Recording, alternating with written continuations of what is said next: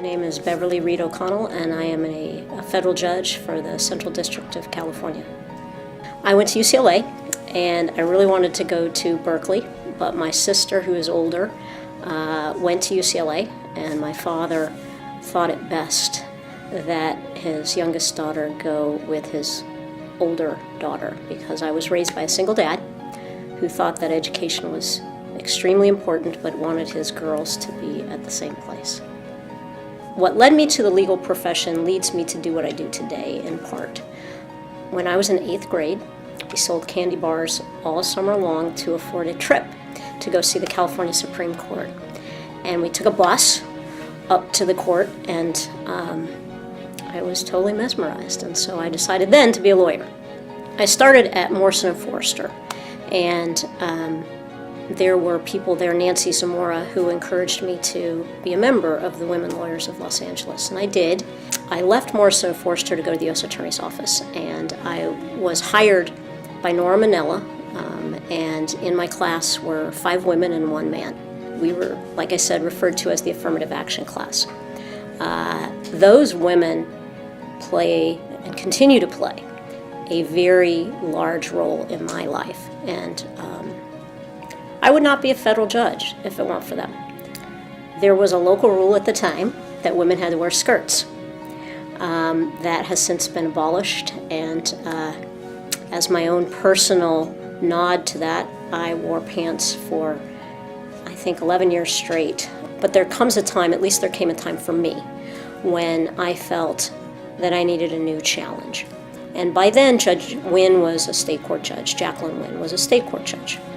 And she actively encouraged me to apply to the state court bench. And I thought, well, I don't know if I'm qualified. Judge Wynn, in her eminently humble way, said, of course you are. You need mentors and people and cheerleaders, and they don't have to be older than you to be your mentor. Sometimes they can be younger than you to encourage you to do things. I will say that I had many mentors at LA Superior Court who helped me through the process, who asked me to serve in the leadership roles, and I was fortunate enough to be selected by and appointed by Governor Schwarzenegger to the state court bench in 2005.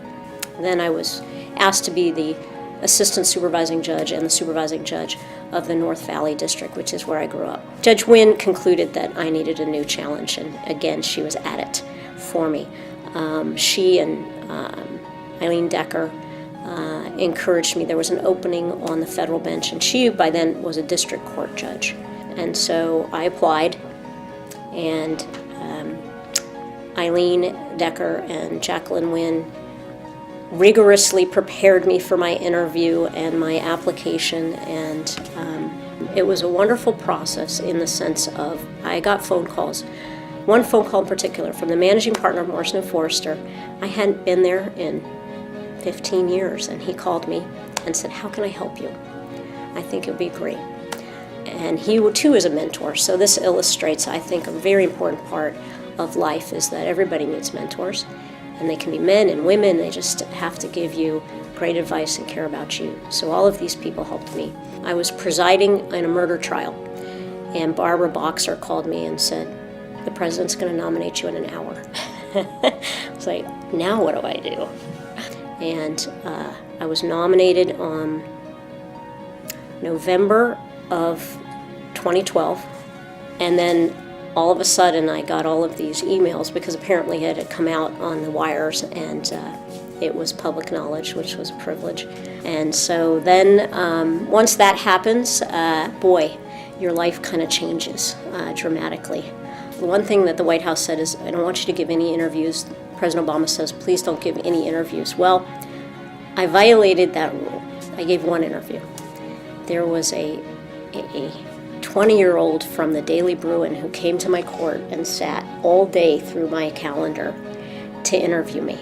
I do remember feeling that young man deserved a little bit of my time because he waited all day to get it. And it was my way of giving back to my university and in a little way maybe mentoring that young man. I have a whole family of 25-year-olds who are my mentees, and they're my family, they're my federal family, and I tell them, I'm the only one that just cares about you.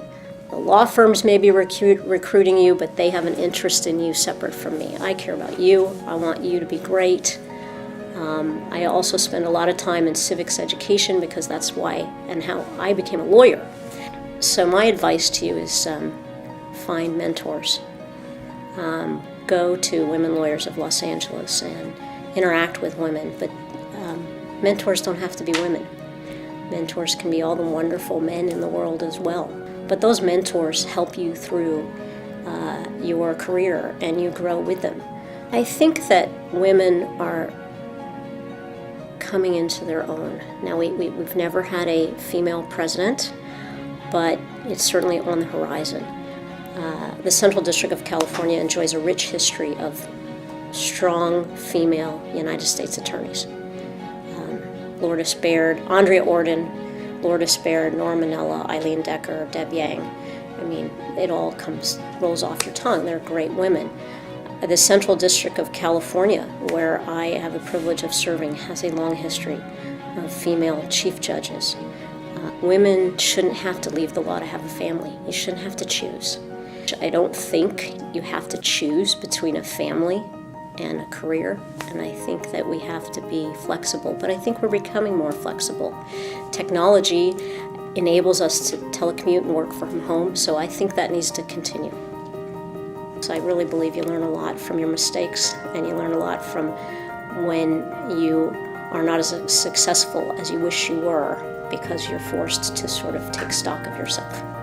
I do think searching out those opportunities helps you as young people, and stick with it. Not everybody's going to be successful on their first go at anything.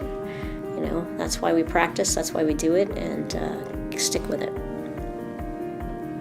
I think that women and women in bar associations, we have to help each other.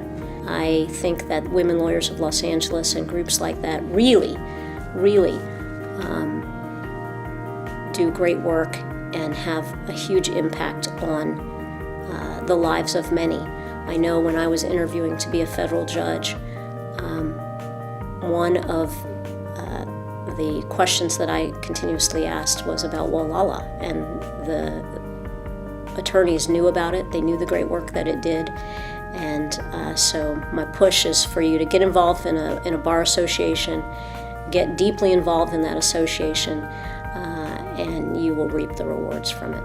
I think many times I was underestimated, and that worked to my advantage, but I certainly had plenty of mentors and judges who did not in any way see my gender or my age as inhibiting me from doing anything I wanted to do.